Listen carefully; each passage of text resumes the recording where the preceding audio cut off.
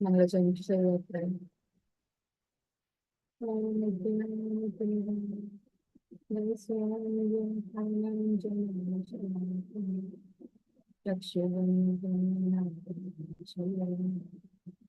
શ્રી ચૈતન્ય મનોવેશમ સ્થાપિતમ યેન ભૂતલે સ્વયં રૂપા કદામય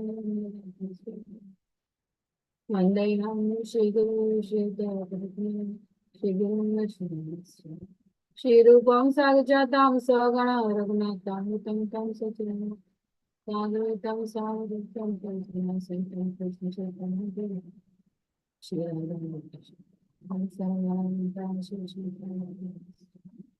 હે કૃષ્ણ કરુણા સિંધુ દીનબંધુ જગતપતે ગોપેશ ગોપિકા તપ્ત કાંચન ગૌરાંગી શ્રી રાધે વૃંદાવનેશ્વરી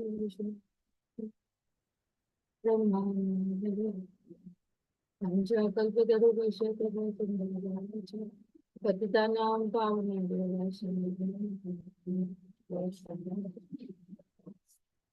ઓમ નમો ભગવતે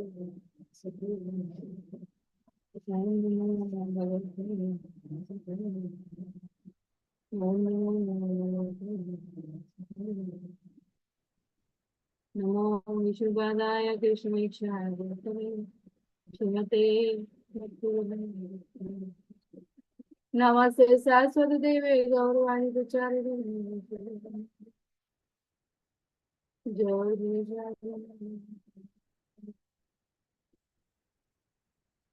જય શ્રી કૃષ્ણ ધન્ય પ્રભુ નિત્યાનંદ હરે કૃષ્ણ કૃષ્ણ કૃષ્ણ હરે હરે હરે રામ રામ હરે કૃષ્ણ સર્વને ખૂબ ખૂબ આભાર જણાવવા માટે. અધ્યાય 6 નો પાઠ 2 લઈ રહ્યા છે આપણે. ધ્યાન શરૂઆત કરીએ. સરસ અધ્યાય. ભગવાન અષ્ટાંગ યોગ વિશે વાત કરીએ, સાથે સાથે ભક્તિ યોગ સરળ અને સહજ. અષ્ટાંગ યોગમાં 9 યમ અને નિયમોનું પાલન કરવું પડે છે તો ભગવાન સુધી પહોંચી જાય છે. પણ હમણાં આજની તારીખમાં કળિયુગમાં આપણા માટે અસંભવ છે. કોઈ એવી એકાંત જગા શોધવી, યમ નિયમોનો પ્રત્યાહાર, પ્રાણાયામ, ઇન્દ્રિયો પર નિયંત્રણ રાખવું, મનને અંતરમાં કેન્દ્રિત કરવું અસંભવ છે. આટલી આપણે જોઈ શકીએ છીએ કેટલી પોપ્યુલેશન છે. એકાંત જગ્યા શોધવી ઘરમાં મુશ્કેલ બની જાય. જપ કરવા બેસવાના હોય ત્યારે પણ આપણને એમ થાય કે થોડો સમય એકાંત મળી જાય તો.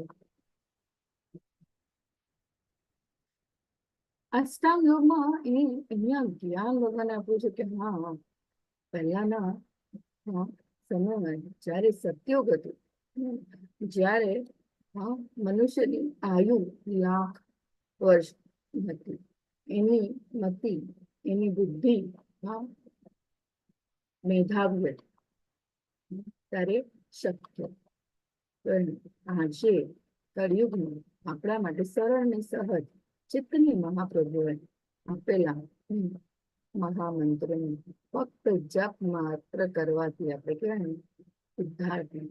કારણ કે આપણી ઇન્દ્રિયો ભગવાનની સેવામાં રહે છે. આપણે મનથી કર્મથી આપણે ફક્ત આપણે ભગવાનના નામનું સ્મરણ કરીએ. તો અહીંયા તમે જોઈ શકો છો યમ નિયમ આસન પ્રાણાયામ પ્રત્યાહાર ધર્મ ધ્યાન એ સમાધિ. ત્યારે ભગવાનની સેવામાં કૃષ્ણ ભાવના યુક્ત કર્મ કરીને તો આપણે આપોઆપ સમાધિ, કારણ કે એમાં પ્રોસેસમાં આવી જાય. આપણી ઇન્દ્રિયો ને આપણે ભગવાન લગતું કોઈ પણ સેવા કરીએ તો એ સમાધિ છે, એ અનુભવ જ સમાધિ છે.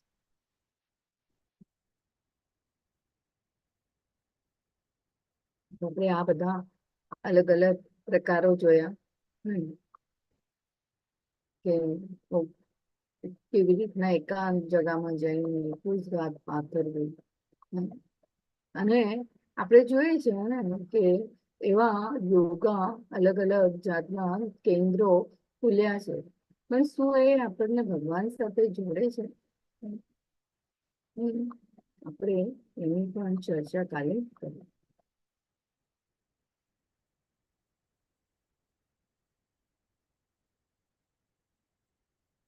પછી ક્રાઇટેરિયા: અતિશય આહાર, ઓછો આહાર, ખૂબ નિંદ્રા, ધરણ, પ્રાણાયામ, શ્વાસોશ્વાસની પ્રક્રિયા.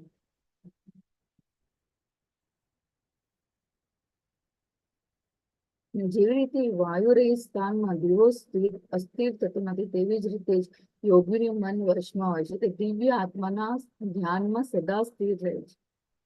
થોડું આપણે રિકેપ કરી લઈએ. દીવો કેવો સ્થિર રહે, પણ આજની તારીખમાં મનને સ્થિર રાખવું કેટલું અઘરું છે.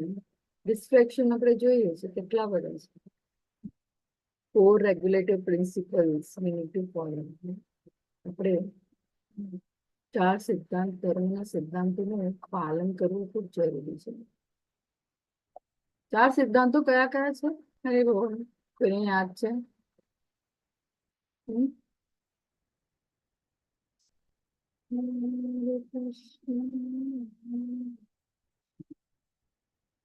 તો ધીરે ધીરે ધીરે ધીરે વન જે અવસ્થા છે અંતર્મનથી બધી જ આસક્તિથી દૂર, અષ્ટાંગ યોગમાં ભગવાનનું ધ્યાન કરીને ઇન્દ્રિયોને કેન્દ્રિત કરવાનું છે, અંતર્મન પરમાત્મા. તો સરળતાથી ભગવાનની મુક્તિ ના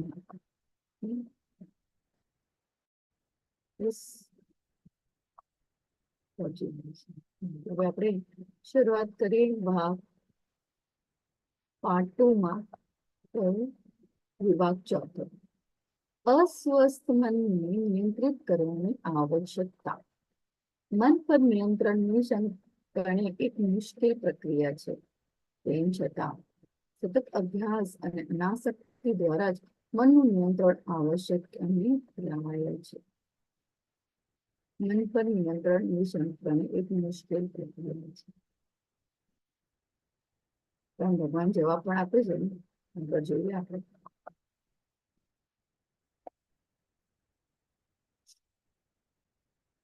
મનને કાબૂમાં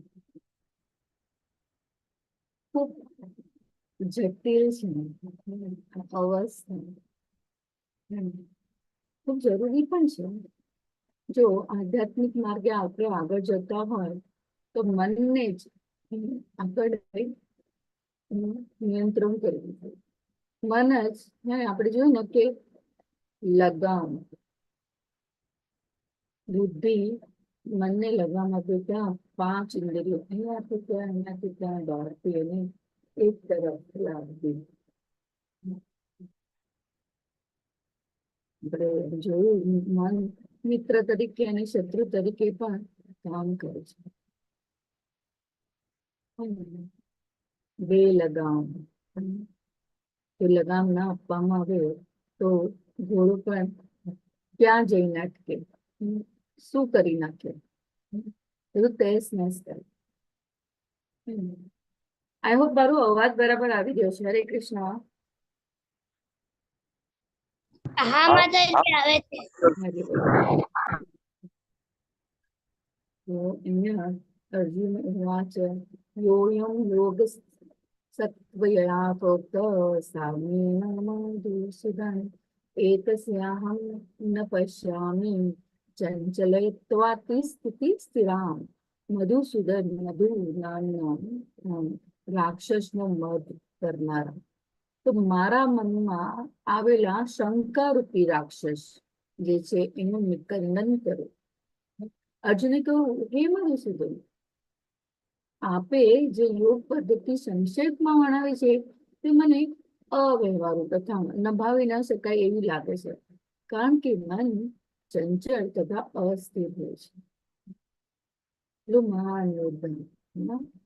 ત્યારે આપણે તો આજે વાત કરીએ કે કરુણમાં એવો સમય નથી, એવી મેધાવી બુદ્ધિ નથી, હા, એવું વાતાવરણ નથી કે જ્યાં જઈને આપણે ભગવાન નામનું એક ચિત્તે, હા, આપણે સતત મનન ચિંતન કરી શકીએ.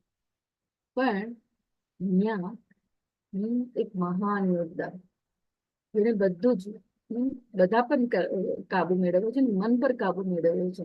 એને એટલી મોટી સિદ્ધિઓ પ્રાપ્ત કરી છે, અને એક ક્ષત્રિય છે. ને જ્યારે આટલો મહાન યોદ્ધા જો કહેતો હોય, આમ કે આ યોગ પદ્ધતિ જે તમે સંક્ષેપમાં ગણાવે છે, ત્યારે તો શક્ય પણ હતું, કરી શકતા હતા લોકો. પણ અહીંયા અર્જુન શું કહે છે? મને અવ્યવહારુ તથા નિભાવી ના શકાય એવું લાગે છે, કારણ કે મન ચંચળ તથા અસ્થિર હોય છે. એ બધા જાણે છે. સતત મન કેટલી બધી અનુભૂતિમાંથી પસાર થાય એક જ ક્ષણમાં. હા, એ એક એક એક મિનિટને આપણે જયારે ઓબ્ઝર્વ કરીએ, જ્યારે એને આપણે ધ્યાનથી એના પ્રોસેસને જોઈએ તો જોઈએ તો કે ના ક્યારેક ખુશી, ક્યારે દુઃખ, ક્યારે સુખ, દુઃખ, એની અનુભૂતિ, માન, અપમાન. હા, જયારે આપણને માન મળે તો આપણને કશું સુખની અનુભૂતિ થાય, અને એનું જ ઓપોઝિટ જયારે થાય ત્યારે અપમાન. સતત. અને આપણે તો સતત આ બધાથી વોરિયર્સ ની જેમ અહીંયા તો યુદ્ધ મેદાનમાં અર્જુન છે, પણ આપણે તો રોજનું બધા એવા બાહ્ય જે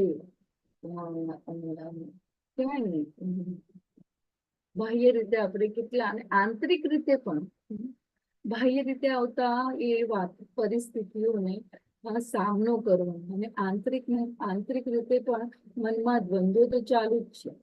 હમણાંથી આપણા માટે કેટલા જાણવું ધ્યાન અહીંયા ફોકસ હશે. એવું વિચારનારું વિચારતું હશે, અરે અને આ ક્લાસ પછી મને આ કામ છે, આ કામ છે. હોય એવું કશું નથી. તો ધીસ ઇઝ મન. અને અને મન તો એક જ ક્ષણમાં ક્યાં પહોંચી જાય. હજી તો આપણે ભૌતિક પ્લેટફોર્મમાં એક્ઝામ્પલ લઈએ, ત્યાં બહાર ફરવા જવાનું હોય ત્યારે મન ત્યાં જઈને જ બેસી ગયું હોય. એ તો આપણે વિચારવું જોઈએ કે આપણે અહીંયા આજે વેકેશનમાં ત્યાં જવાનું છે, બધી તૈયારીઓ કરવી, કેવી એક્સાઇટમેન્ટ બધાને, ઉત્સુકતા. મન ભૂતકાળમાં પણ જઈ આવે, કોઈ એવી ઘટના આપણા સમક્ષ બની હોય તો એ મન ફ્લેશબેક પણ જઈ આવે. એ પરિસ્થિતિમાં આપણે શું અનુભવ કર્યો હતો એ પણ આપણે અનુભવી શકીએ છીએ. તો અહીંયા મનના વિશે અર્જુન શું કહી રહ્યા છે? ચંચળ તથા અસ્થિર હોય છે.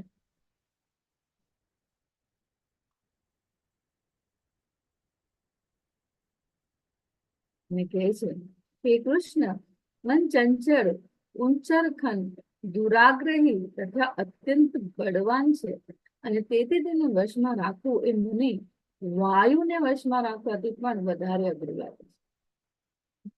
મન ચંચળ, અહીંયાથી ત્યાં આપણે કહીએ ને ક્યારેક ક્યારેક મન કી જંતું વાંદરાની જેમ અહીંયાથી ત્યાં એક દાડેથી બીજે દાડે, બીજે દાડે ત્રીજે દાડે બેસી જ નહીં એક જગા પર. મન પણ એવું જ છે.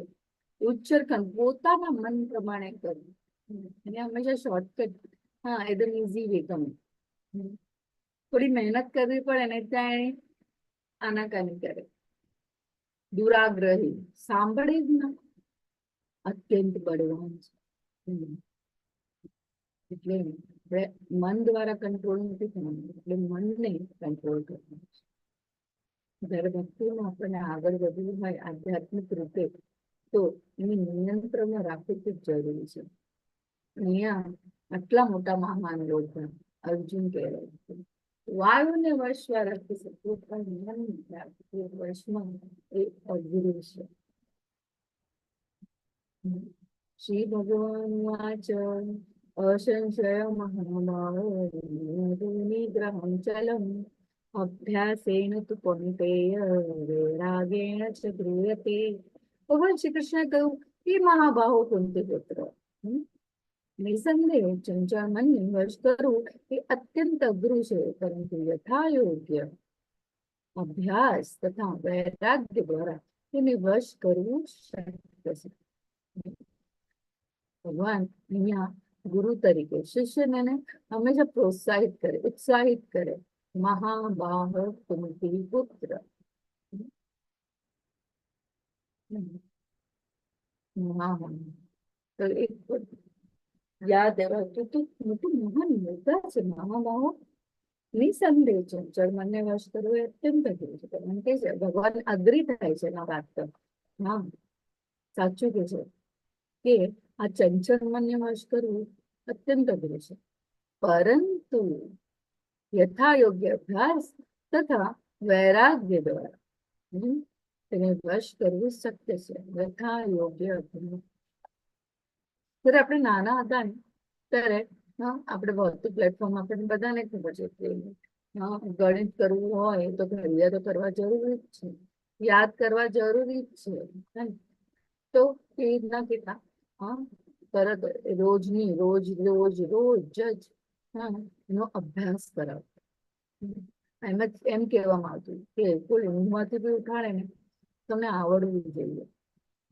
આટલા એટલા એટલા થાય, બે એના આગળ આપણે કેટલું અને એને સતત સતત અભ્યાસ હોય. અને હમણાં પણ આજની તારીખમાં આપણા વડીલોને પણ, મારી પોતાની મારી માતા છે 70+ છે, પણ એ 5મું ધોરણ ભણે છે, પણ એની પહેલા ધોરણની, બીજા ધોરણની, ત્રીજા ચોથા ધોરણની કવિતાઓ બરાબર યાદ છે.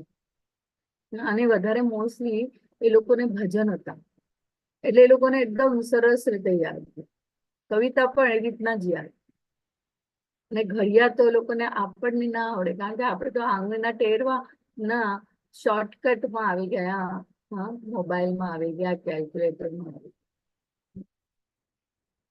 ત્યારે તો ફોન ખાલી લેન્ડલાઈન હતો, એ બધા નંબર બી એ લોકો ડાયલ કરી શકતા, કેમ તો યાદ રાખી શકતા. આપણે તો કોન્ટેક્ટ ડિટેલમાં જઈને આંગળીના ટેરવામાં આપણે આવી ગયા.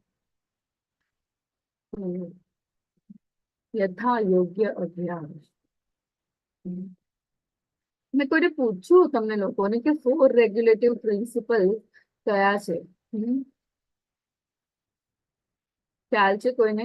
આરતી માતાજી, તમને યાદ છે? હરી બોલ. હરે કૃષ્ણ.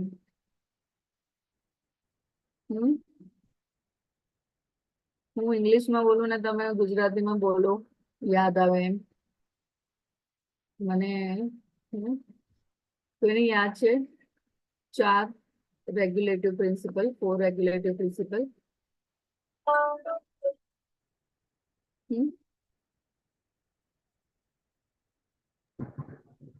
ભાગવતમાં પહેલા સ્કંદમાં આવે છે એ માતાજી. હા. અવૈધ સંબંધ, વિધ પીડા, માંસાહાર, આમ બધું યાદ હોય તો તમારે સરળ કીધું જવાય. નો હા, માંસાહાર નો.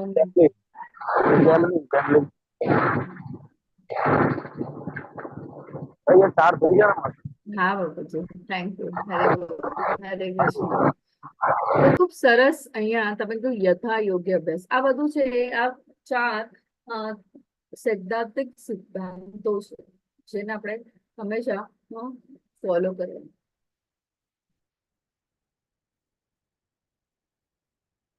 લગ્ન ભાવનું સંબંધ, this is very important. હવે લગ્ન સંબંધ, વિવાહ ના બનવો, નશો ન કરવો, માંસાહાર ન કરવો, આ બધી વસ્તુઓ આપણને ઇન્દ્રિય તૃપ્તિ તરફ લઈ જાય છે, અને એ આપણને કર્મ બંધન આપે છે. એટલે જ આ 4 સૈદ્ધાંતિક સિદ્ધાંતોનું પાલન કરવું અને સાથે સાથે 16 માળાનો જપ કરવો. બસ આટલું જ કરવું. અને યથા યોગ્ય અભ્યાસ કળિયુગમાં આ જ પોસિબલ છે. આપણે જોઈએ છે કે આ બધા પતનના માર્ગો છે, જ્યાં આપણે એને શું કરવાનું છે, એક કૃષ્ણ ભાવના યુક્ત માં એ આવવાનું એક પગથિયું, યુ કેન જસ્ટ સે, આપણી આત્માને પ્યોર કરે છે. વૈરાગ્ય દ્વારા તેને વશ કરી શકે છે. વૈરાગ્ય જે છે, મારું, તારું, આપણું, મારો પરિવાર. આપણે ઘણી વાર ચર્ચા કરી છે, સ્નેહ અને મોહમાં ખૂબ જ આપણે પાતળી લાઈન હોય છે, એને સમજવું અને એ દ્વારા જ દરેક પરિસ્થિતિમાં સમભાવ, બધા જીવો પ્રત્યે સમભાવ, બધામાં પરમાત્માને જોયું અને પોતાની પાંચો ઇન્દ્રિય પ્લસ મનને ભગવાનની સેવામાં. તો એને જ આપણે કહીએ કે અહીંયા જ આપણે એ મુક્તિ પંથે આગળ વધી છે. ભગવાન કહે છે યથા યોગ્ય અભ્યાસ તથા વૈરાગ્ય દ્વારા તેને વશ કરવું શક્ય છે. જે મનુષ્યનું મન અસંયમિત છે તેને આત્મ સાક્ષાત દુર્લભ છે. તમે જે સિદ્ધાંતો જે આપવામાં આવ્યા છે એનું પાલન જ ના કરો તો અસંયમિત છે ને, તમારું મન કેન્દ્રિત જ નથી.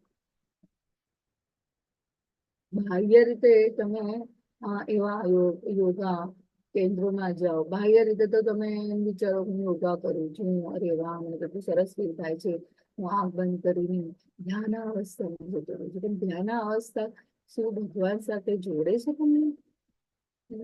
માત્ર 5 મિનિટનો જે આનંદ તમે અનુભવો છો એ ક્યાં સુધી જાય છે?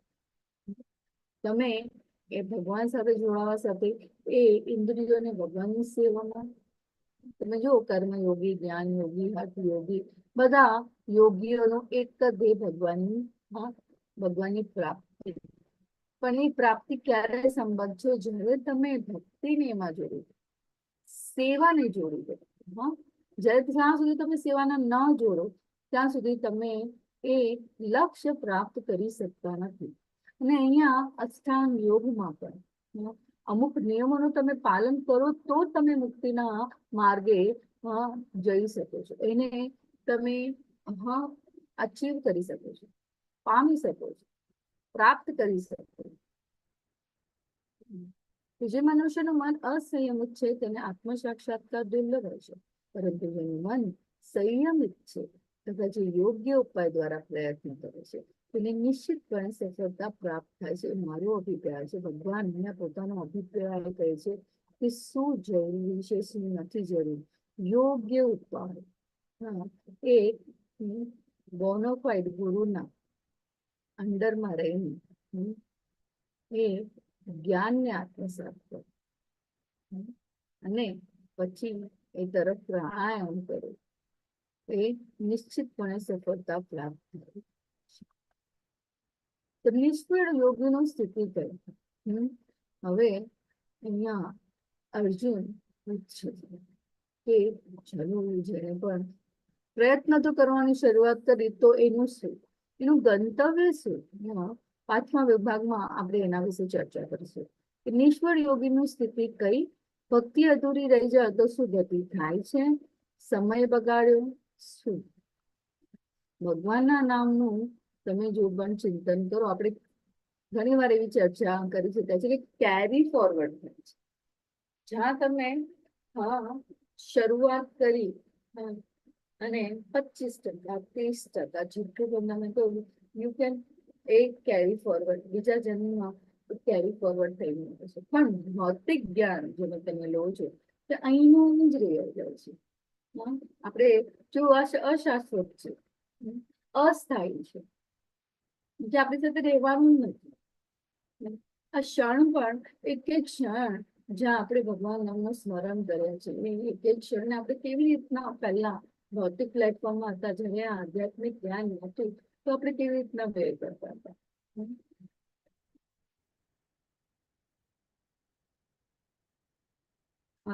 નિંદ્રા,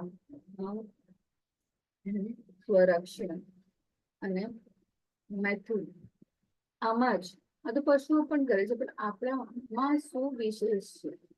મનુષ્ય દેહનું શું લક્ષ્ય છે? એ જો એ જ્ઞાન, દિવ્ય જ્ઞાન આપણે જાણી લઈએ તો સરળ અને સહજ છે. તો અસફળ યોગીની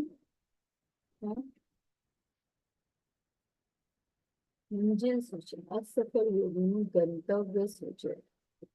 અર્જુન વાચ અયતિ હિંસદયોપેતો વાચલિત માનસ અપ્રાય યોગ સંસિદ્ધિં કામ ગતિ કૃષ્ણ ગચ્છતિ.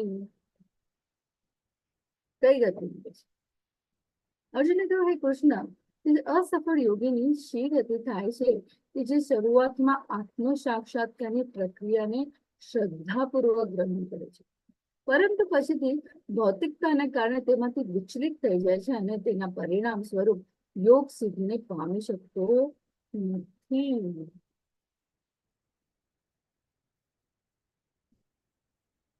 હવે કહે છે કે ચાલો ભગવાન તરફ ભગવાનને પામવા માટે આ શરૂઆત જેને કરી હોય એનું ગંતવ્ય શું છે? આપણે બધાને રિઝલ્ટ પર ખૂબ શું આવશે એના પર વધારે, શું કર્યું પરીક્ષામાં એના કરતા વધારે રિઝલ્ટ શું હશે? હા, જાણીએ છીએ કેટલી મહેનત કરી છે, શું કર્યું છે, પણ એમાં વધારે આ બધી ઉત્સુકતા હોય. અર્જુન પણ જાણવા માંગે છે કે હા, જે અસફળ યોગીની શી ગતિ થાય છે? શરૂઆતમાં આત્મ સાક્ષાત્કારની પ્રક્રિયાને શ્રદ્ધાપૂર્વક આપણે પણ એવું જોતા હોય છે, ડાઉનફોલ થવાના ઘણા બધા ચાન્સીસ છે, પતન થવાના ચાન્સીસ બધા હોય છે, કારણ કે મન કેવું છે, ચંચળ છે. આપણે અહીંયા ભરત મહારાજની ને આપણે અહીંયા દાખલો દ્રષ્ટાંત લઈએ તો બધું છોડી છાડીને ભગવાનની સેવામાં આવી જાય છે, પણ એક હરણના બચ્ચાના પાછળ ને પછી આગળ બધાને ખબર છે. અને બીજું જ્યાં હરણનું મળે છે યાદ રહે છે, પછી જળ ભરત તરીકે મળે છે. જળ ભરત કારણ કે બોલવાનું એને ખબર છે કે હું અગર જો બોલવા જાઉં તો કર્મ બંધનમાં બંધાય કે મારે બોલવું જ નથી.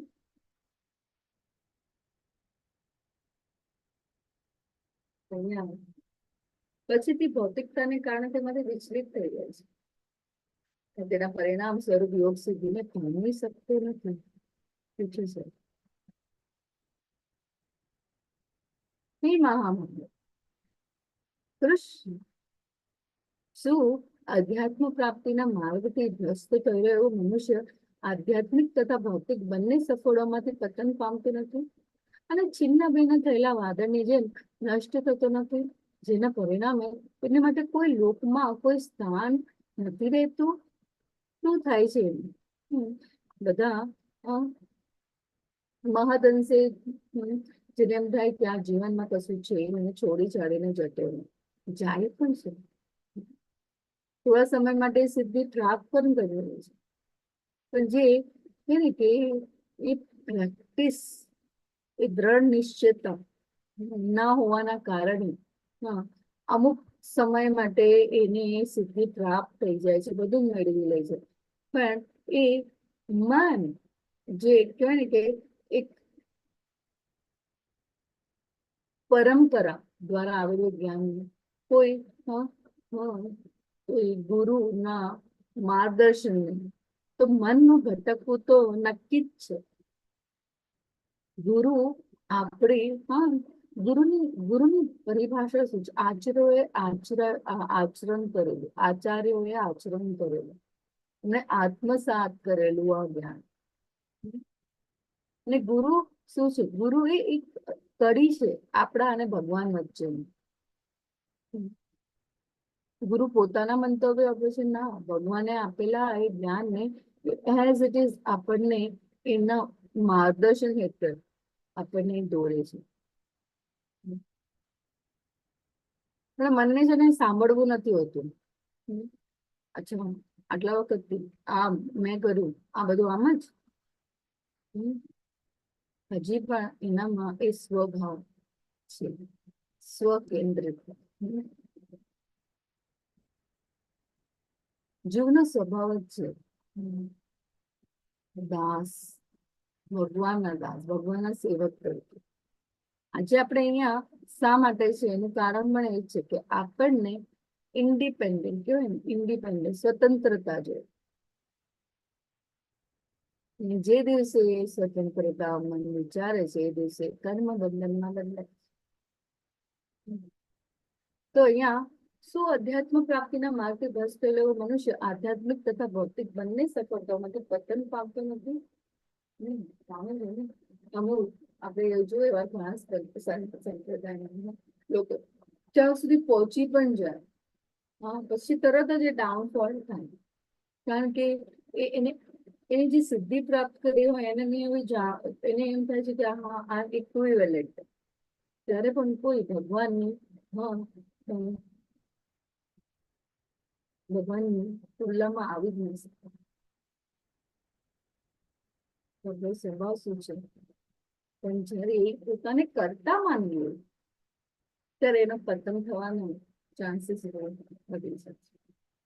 અને અહીંયા બંને સફળોમાંથી પતન પામતો નથી, છિન્ન ભિન્ન થયેલા વાદળની જેમ નષ્ટ થતો નથી, જેના પરિણામે તેના માટે કોઈ લોકમાં કોઈ સ્થાન નથી હોતું. તમે વિચાર કરો, એટલું વાદળની જે શું છે એનું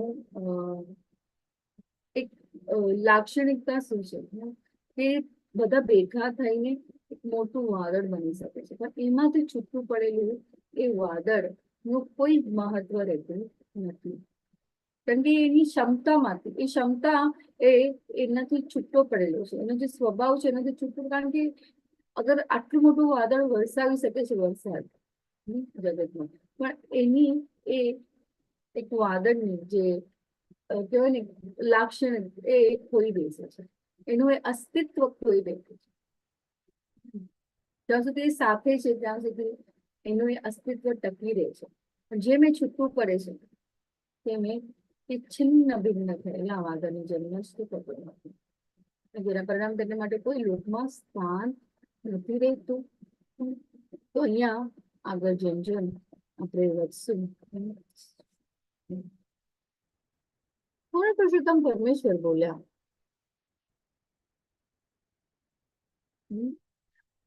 હે પુત્ર અર્જુન, કલ્યાણકારી કાર્યોમાં પરોવાયેલો અધ્યાત્મિકવાદીનો આ લોકમાં કે પરલોકમાં વિનાશ થતો નથી.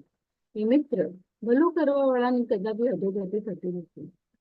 ભગવાન કે છે લોક એ પરલોકની, પરલોકમાં પણ બધાની પોઝિશન ટેમ્પરરી છે. ત્યાં પણ એવા આપણે તો કેટલી વાર આપણે તો અહીંયા કેટલા ગ્રહો છે જ્યાં કોઈ ને કોઈ ભગવાનની લીલા ચાલતી જ હોય છે, ચાલતી જ હોય છે. ભગવાન કે છે લોક અને એમની પણ એક મર્યાદા છે, સીમિત એ સમય છે ત્યાં સુધી. એવી પુણ્ય આત્મા ત્યાં જાય પણ છે, ભોગવે પણ છે, પણ જેવું એનું એ પુણ્ય સમાપ્ત થાય છે પાછું અહીંયા આવે છે અને પાછું કર્મ બંધનનું પરિણામ છે. એટલા માટે સરળ ને સહજ જે તને મહાપ્રભુએ આપેલા મંત્ર જે શરણ લે છે એનો ઉદ્ધાર જરૂર થાય છે. તો એ આપણે અજામિલા જેવા આપણે લેવલ 1 માં બધા જોયું હશે આના વિશે. તો અજામિલા જેવા આપણે એવા ભાગ્યશાળી કેટલા પાપો પણ અંતર્મનમાં રહેલા પરમાત્મા એને પ્રેરણા આપે છે અને છેલ્લા પુત્ર નારાયણ રાખે છે. ભગવાન માટે કરેલી કોઈ પણ સેવા ઇનડાયરેક્ટ ડાયરેક્ટ હોય, ભગવાન અંતસ્ફૂર્ણા જરૂર આપે. અને વિષ્ણુ દૂતો આવે છે અને યમદૂતો પણ આવે છે ભારે, એકદમ તમે જોઈ શકો છો અહીંયા ચિત્ર દ્વારા દ્રષ્ટાંત. એ એટલા બધા પાપ કરે છે એ લાયક જ નથી ત્યાં, પણ ભગવાનના નામનું સ્મરણ જો કરે, શરણ લઈ લે તો ભગવાન ત્યારે પોતાના ભક્તનું ભૂલતા નથી. અને એનું રિયલાઇઝેશન આ જાંબુલાને થાય છે. પછી એ એના પોતાના જીવનનો ઉદ્ધાર કરવાનું જાય છે. તો અહીંયા કદાપી અધોગતિ થતી નથી. તો અસફળ યોગી પુણ્ય આત્મા લોકમાં અનેક વર્ષો સુધી સુખ ભોગવ્યા પછી સદાચારી લોકોના અથવા તો ગર્ભશ્રીમદ લોકોના કુળમાં જન્મ પ્રાપ્ત કરે છે. આવા યોગીની શું ગંતવ્ય છે? તો ભગવાન અહીંયા એને છોડતા નથી. એને કરેલા કર્મોની, એને કરેલા ભગવાનની અહેતુકી સેવા, જે એને ફળ શું કહે છે એ અનેક લોકમાં તો જાય છે, વર્ષો સુધી ભોગવે પણ છે. પછી સદાચારી લોકોના અથવા તો ગર્ભશ્રીમદ લોકોના કુળમાં જન્મ પ્રાપ્ત કરે છે. એવું જન્મ પણ હોય ને ગર્ભશ્રીમદ, સુંદર, પ્રખ્યાત, જાણે કોઈ મહેનત કરવાની નથી, બસ જેની એની પાસે જે છે એમાં સંતુષ્ટ રહીને ભગવાન નામની શરૂઆત કરી. પણ ક્યારેક ક્યારેક જીવ એવા ગર્ભશ્રીમદ લોકોના ઘરે જન્મે પણ છે, પણ શું થાય છે, વાતાવરણ એવું વળતું નથી અને એ અહમ આવી જાય. ત્યારે મારી પાસે બધું છે, મારે કોઈ જરૂર નથી. દુઃખી લોકો, અર્થાર્થી લોકો જ ભગવાનને શું કે જાણે છે. આપણે ઘણા બધાને એવું કહેતા હોય કે હવે આ સમય થયો છે, રિટાયરમેન્ટ થઈ ગઈ છે, ઘરે છો, ભગવાનનું નામ લો. અરે અમારે તો અમે બધું સેટ છે, અમને કોઈ જરૂર નથી. અમે બધાનું સારું જ વિચારે છે, સારું જ કરે છે, કોઈની સાથે અમારું કોઈ વ્યવહારમાં મન દુઃખ નથી.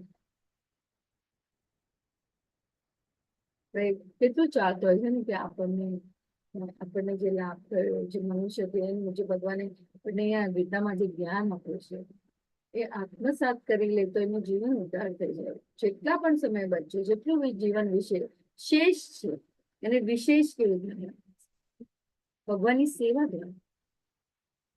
તો અહીંયા ભગવાન એને ગંતવ્ય શું આપે છે કે સદાચારી લોકોના અથવા તો ગર્ભશ્રીમદ લોકોના કુળમાં જન્મ, એને એવું વાતાવરણ કરીને આપે છે જેથી કરીને એ સદાચારી એટલે એવા ભક્તના ઘરે જન્મ લે જ્યાં એની જે ભક્તિની એને શરૂઆત કરી છે એનું કન્ટિન્યુએશન.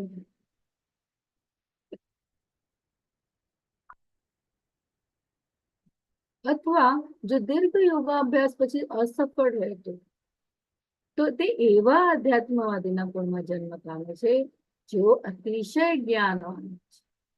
ખરેખર આ જગતમાં આવો જન્મ પામવો એ અત્યંત દુર્લભ છે. શીલા પ્રભુપાદના ગુરુ ભક્તિ સિદ્ધાંત સરસ્વતી ઠાકુર અને દીક્ષા આપે છે. માત્ર 3-4 મુલાકાત જ ગુરુનું ઇમ્પેક્ટ જુએ, અસર જુએ. અને શુદ્ધ ભક્ત હોવાના કારણે એ શુદ્ધ ભક્ત ગુરુ એઝ ઇટ ઇઝ પોતાના શિષ્યને જ્ઞાન અર્પિત કરે. અને નાનપણથી તમે જુઓ એમને એવું વાતાવરણ મળ્યું. એમના માતા પિતા પણ ભક્ત હતા. અને અપબ્રિંગિંગ ને ક્યાં સુધી લઈ, સંસ્કાર અમને ક્યાં સુધી લઈ. ભગવાન કહે છે ને જગતમાં આવો જન્મ પામો અત્યંત દુર્લભ છે. શીલા પ્રભુપાદ તો કહેતા જે નાના બાળકો શીલા પ્રભુપાદના પાસે આવતા એમને કહેતા કૃષ્ણ ભાવના તેમનું જે એમનો જે ભક્તિ રહી ગઈ છે, જે છૂટી ગઈ હતી, જે જન્મ પૂરી નહોતી કરી શકે, એ બધા બાળકો હમણાં they are doing continuation છે. અને એવું દીર્ઘ યોગાભ્યાસ છે કે એને એટલી પ્રાપ્તિ કરેલી પછી અસફળ રહેતો એવા આધ્યાત્મવાદીના કુળમાં જન્મ પામે છે જે અતિશય જ્ઞાનવાન છે. જ્ઞાન એટલે કે કયું જ્ઞાન? ભગવાનની સેવા નું જ્ઞાન. આપણો જન્મ મનુષ્ય દેહ શું છે એનું જ્ઞાન, તો જ્ઞાનવાન. એટલે ભગવાન કહે છે કે અત્યંત દુર્લભ છે.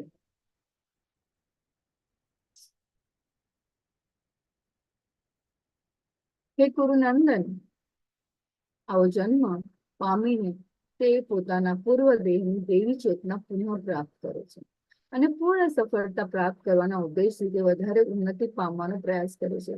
જુઓ, આમ જ આપણે વિચારતો હોય ને ત્યાં કેવું, હા, અહીંયા આપણે ઓનલાઈન જોડાયા અને એમાં બધા તમે તો બધા એવા સંઘ પણ સાથે સાથે કૃપા પણ, હા, 16 માળા કરતા થાવ તો કઈ આપણને એવું લાગે આમ જ થઈ જશે ને?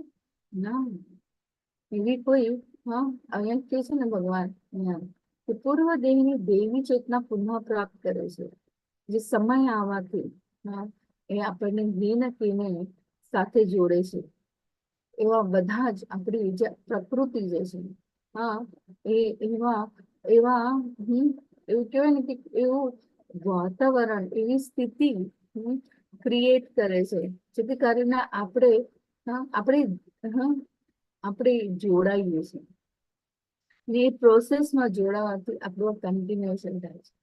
અને ખૂબ સરળ ને સહજ જો સમજીએ તો આપણે આજે અહીંયા કેમ ભગવાનના નામનું સ્મરણ શરણ લઈને, હા, ભગવાનની લીલાઓ, ભગવદ્ ગીતાનો જ્ઞાનને આત્મસાત કર્યું અને સમજવું ખૂબ જરૂરી છે. ભગવાન ચાહે છે કે આ મનુષ્ય આ જન્મમાં જ આપણે આ જ્ઞાનને આત્મસાત કરી ભગવદ્ ધામ જાય.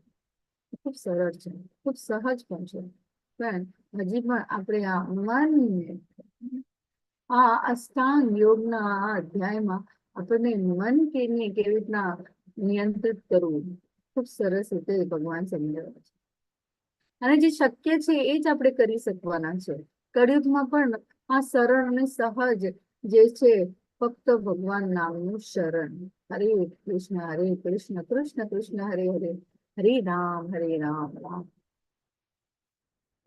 ખૂબ સરસ એમાં કહે છે કે પૂર્ણ સફળતા પ્રાપ્ત કરવાના ઉદ્દેશથી તે વધારે ઉન્નતિ પામવાનો પ્રયાસ કરે છે. પૂર્વજન્મની દેવી ચેતનાથી તે અનાસહાય આપોઆપ યોગના નિયમો પ્રત્યે આકર્ષિત થાય છે. આવો જિજ્ઞાસુ યોગી શાસ્ત્રના કર્મકાંડના સિદ્ધાંતોથી પર હોય. જુઓ, દેવી ચેતનાથી, ન ચાહતા પણ નહીં, એમાં એ ગુણ આપોઆપ આવી જાય છે. એને કોઈ મહેનત કરવાની જરૂર નથી પડતી, એને કશું જ કરવાની જરૂર પડતી નથી. એ અંતસ્ફૂર્ણ જેને આવે છે, એ શું છે? એ આપોઆપ યોગના નિયમો પ્રત્યે આકર્ષિત થાય છે. આવો જિજ્ઞાસુ યોગી શાસ્ત્રોના કર્મકાંડના સિદ્ધાંતો પર હોય છે, કારણ કે એને પૂર્વ જન્મમાં જ બધું પામી લીધું છે. ખાલી એને ફક્ત જે રહી ગયું છે ને 25%થી એને, અને ચલો 75% એને પહોંચ્યું, 25% જે બાકી છે કન્ટિન્યુઅસ યોગના નિયમો. એટલે યોગના નિયમો એટલે શું? આજની તારીખમાં તો આપણે બધાને ખબર છે કે આ નિયમો શું છે. ભગવાન નામનું જપ અને સૈદ્ધાંતિક રેગ્યુલેટરી પ્રિન્સિપલનું પાલન કરવું અને સ્મરણ કીર્તન, જે નવદા ભક્તિમાંથી કોઈ એકમાં પારંગત હોય અને એનું શરણ લઈને ભગવાનની સહજતાથી સેવામાં લાગે છે. વળી જ્યારે યોગી સર્વ સંસાર દોષથી શુદ્ધ થઈને વધુ પ્રગતિ કરવાનો નિષ્ઠાપૂર્વક પ્રયાસ કરે છે, ત્યારે અંતે અનેક જન્મોની સાધના પછી સિદ્ધિ પામીને તે પરમ ગતિ પ્રાપ્ત કરે છે. જોયું આપણે જ્ઞાન યોગ, કર્મ યોગ, મત યોગ, બધામાંથી અષ્ટાંગ યોગ કર્યા પછી એક જ વસ્તુ જે છે, ધ્યેય છે ભગવદ્ ધામ.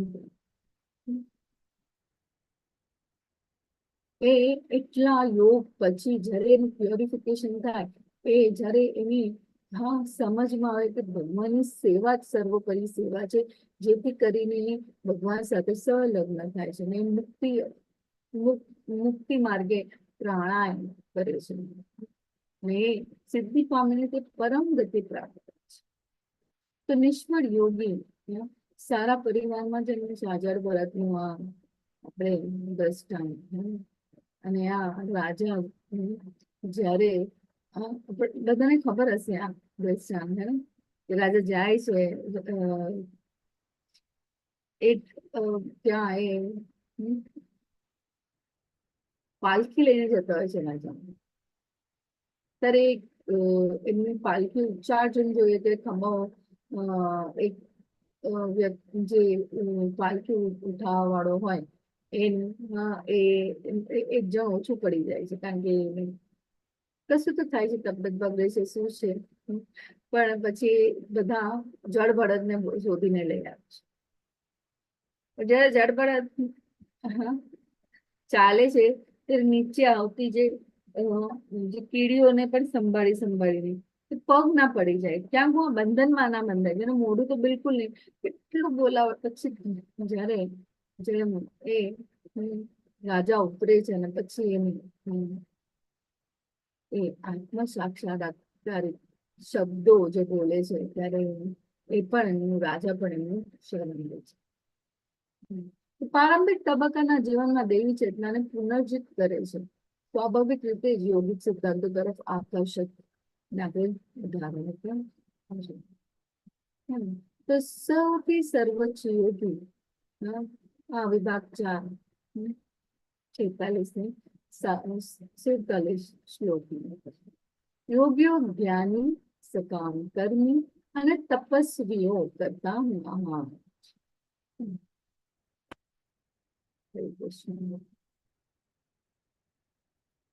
આપણું લાઈવ સ્ટ્રીમિંગ થઈ રહ્યું છે ને આરતી માતાજી? હરે કૃષ્ણ. હા માતાજી, ચાલુ છે લાઈવ. ચાલુ છે ને. તો સૌથી સર્વોચ્ચ યોગી જ્ઞાની, સકામ કર્મી અને તપસ્વી કરતા મહાન છે ભક્તિ યોગી, જે ભક્તિમાં આગળ હોય. જ્ઞાન અર્પોજ કરી દીધું, સકામ કર્મ જયારે આપણે મૂળ રાજાની જયારે ભક્તિ માટે અહેતુકી સેવા જયારે કરે છે ત્યારે ભગવાન પોતે એનો ઉદ્ધાર કરે છે. કેટલા જન્મો પછી ઉદ્ધાર થાય છે. તપસ્વીઓ એ બધા કરતા કોણ છે? મહાન. જેને સ્વ કેન્દ્રિત, ચાહે તો બધું જને શિલ પ્રભુપાદના દ્રષ્ટાંત, આપણા મહાન આચાર્યના જયારે દ્રષ્ટાંતને આપણે જીવનમાં વિચાર કરો કે 70 વર્ષની ઉંમરમાં આજે આપણે તો 50-40 પહોંચતા જ આપણું શરીરનું શું હાલત થઈ જાય. 70 વર્ષની ઉંમરમાં પોતાના ગુરુએ આપેલા આદેશનું પાલન કરવા જાય છે.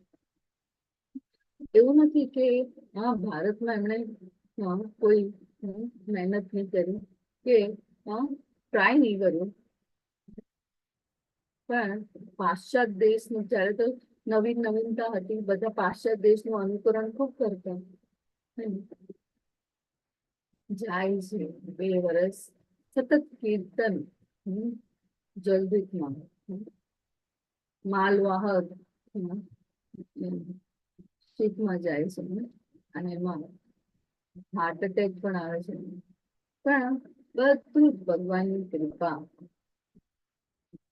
જો તમને સમય મળે તો લીલામૃત વાંચજો. તમે એ જે અનુભવો આપણા મહાન આચાર્ય કરે ને એને તમે આત્મસાત કરી શકશો, એમના સંઘર્ષને સમજી શકશો. એક ભક્ત જે સમજી શકે, બાકી કોઈ ના સમજે.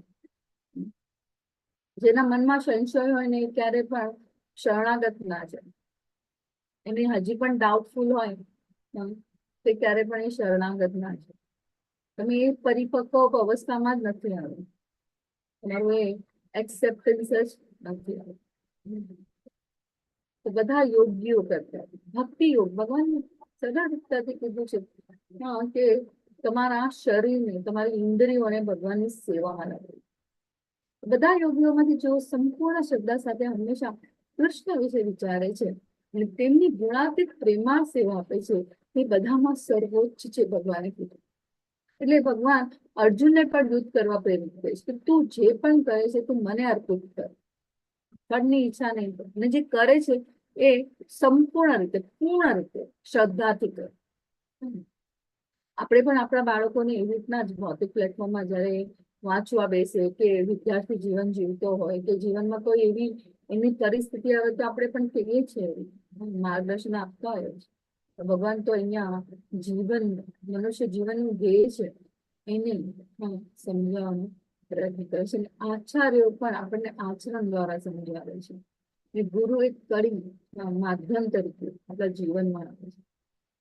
એટલે જ હું તમને બધાને કહેતી હોઉં છું કે જેટલી પણ તમે માળા શરૂ કરી છે એ આશ્રય લઈ લેવો. પછી જો 16 માળા કરતા વધારે કરતા હો તો શેલ્ટર લઈ લો.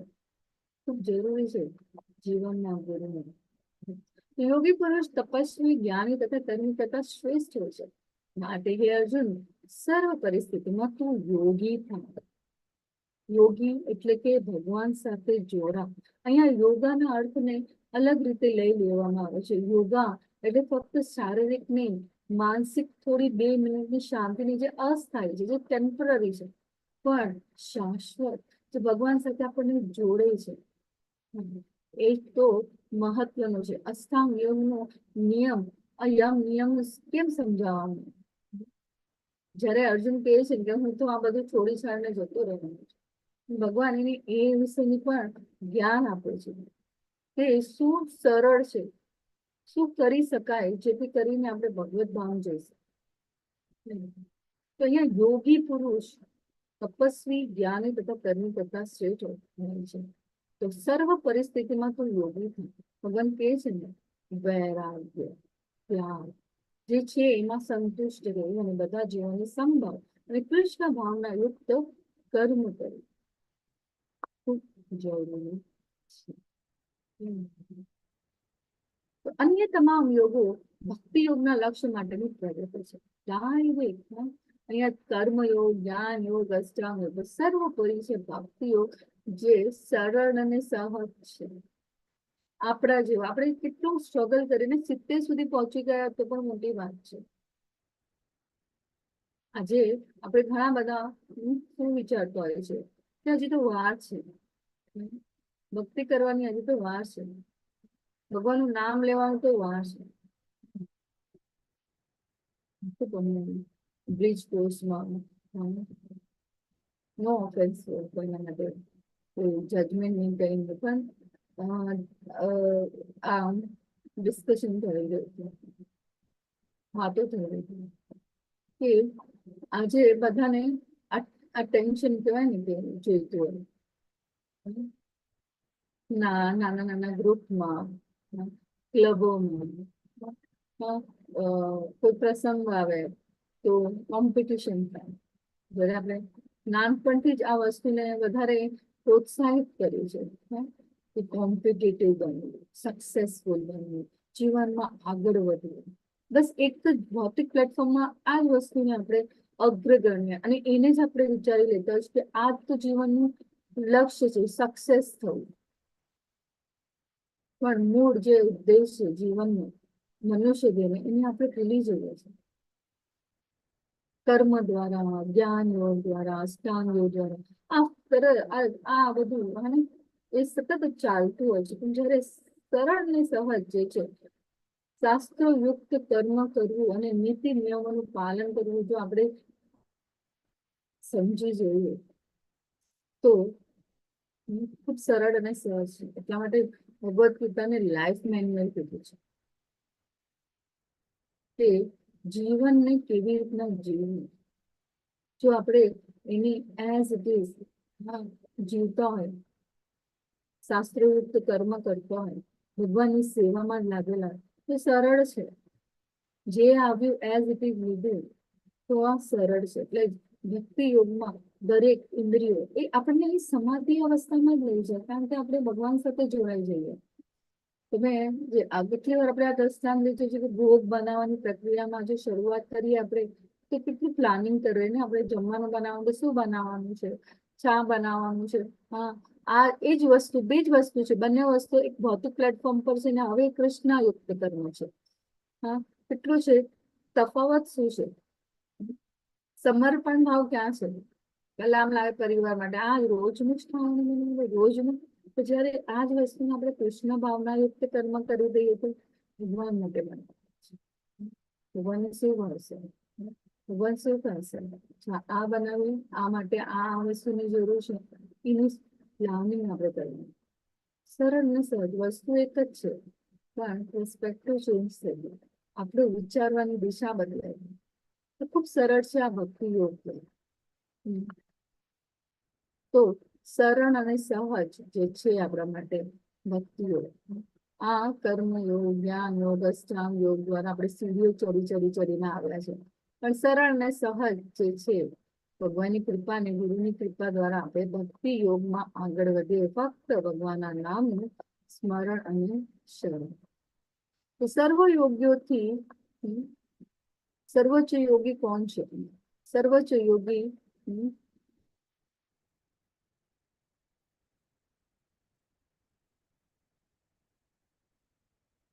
સર્વોચ્ચ યોગીની વ્યાખ્યા શું છે?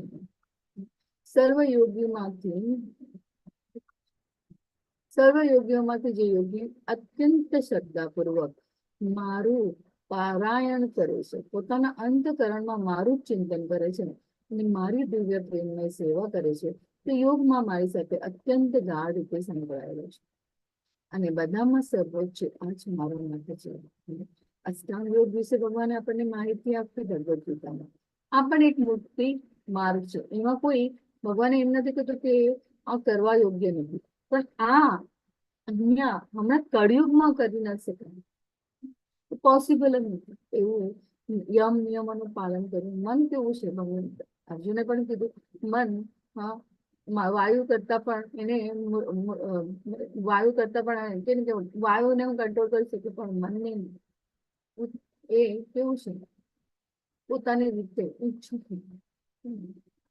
જે મન દ્વારા ભગવાન સાથે જોડાયેલો છે, યોગમાં મારી સાથે અત્યંત ગાઢ રીતે સંકળાયેલો છે અને બધામાં સર્વ છે. એ જ મારો મત છે. યોગીના ભવિ સર્વેશા મત તેનાંતરાત્મન શ્રદ્ધા વાચન પછી તો યોમામ સમી યુક્તમો મત. અહીંયા આપણે જોઈએ ને ભગવાનની આ લીલાઓ. હા, જે બધી જે ગોપીઓ હતી, ભગવાનની સર્વોચ્ચ ભક્ત. એક દિવસ ભગવાનનું માથું દુખે છે, તો ભગવાન કહે છે નારદ મુનિને કે રજ લાવી આપો મને ગોપીઓના પગની, કોઈ મારા ભક્તની, ગોપીઓ વિશે નથી કહેતા, મારા ભક્તની પગની મને રજ લાવી આપો. ફક્ત એ લગાવવા માત્રથી જ મારું આ માથું દુખવાનું બંધ થઈ જશે. નારદ મુનિ બધા ભક્તો પાસે જાય છે, પણ એના પગની એક ભક્ત વિચારે છે કે મારા પગની રજ હું આપું તો મારે તો પાપમાં પડું, ભગવાનની સેવામાં મને પાપ લાગી છે. તો જયારે નારદ મુનિ ગોપીઓ પાસે આવે છે, અમારા પગની રજ જ જોઈએ છે, ભલે અમે પાપના ભાગીદાર બને, પણ ભગવાનના માથું દુખવાનું તો બંધ થઈ જશે. ભલે અમને આટલું કોણ સમર્થ? ખૂબ સરસ. અહીંયા આપણે આ દર્શનાંત સાથે આગળ વધીએ. આપણો આ અધ્યાય પૂરો થાય છે. વાંછા કલ્પતરુભ્યશ્ચ કૃપા સિંધુભ્યઃ પતિતાનાં પાવનેભ્યો વૈષ્ણવેભ્યો અનંત કોટિ વૈષ્ણવવૃંદ કી જય. જય ભગવદ ગીતા કી જય. શ્રીલ પ્રભુપાદ. હરે કૃષ્ણ કૃષ્ણ કૃષ્ણ હરે હરે, હરે રામ રામ હરે હરે. હરે કૃષ્ણ. સર્વને ખૂબ ખૂબ આભાર જોડાવા માટે અને મને તમારી સેવામાં હરે કૃષ્ણ માતાજી. હરે કૃષ્ણ સર્વેને. હરે કૃષ્ણ. હરે હરે કૃષ્ણ. કૃષ્ણ માતાજી, દંડવત પ્રણામ. પ્રણામ કરી છે.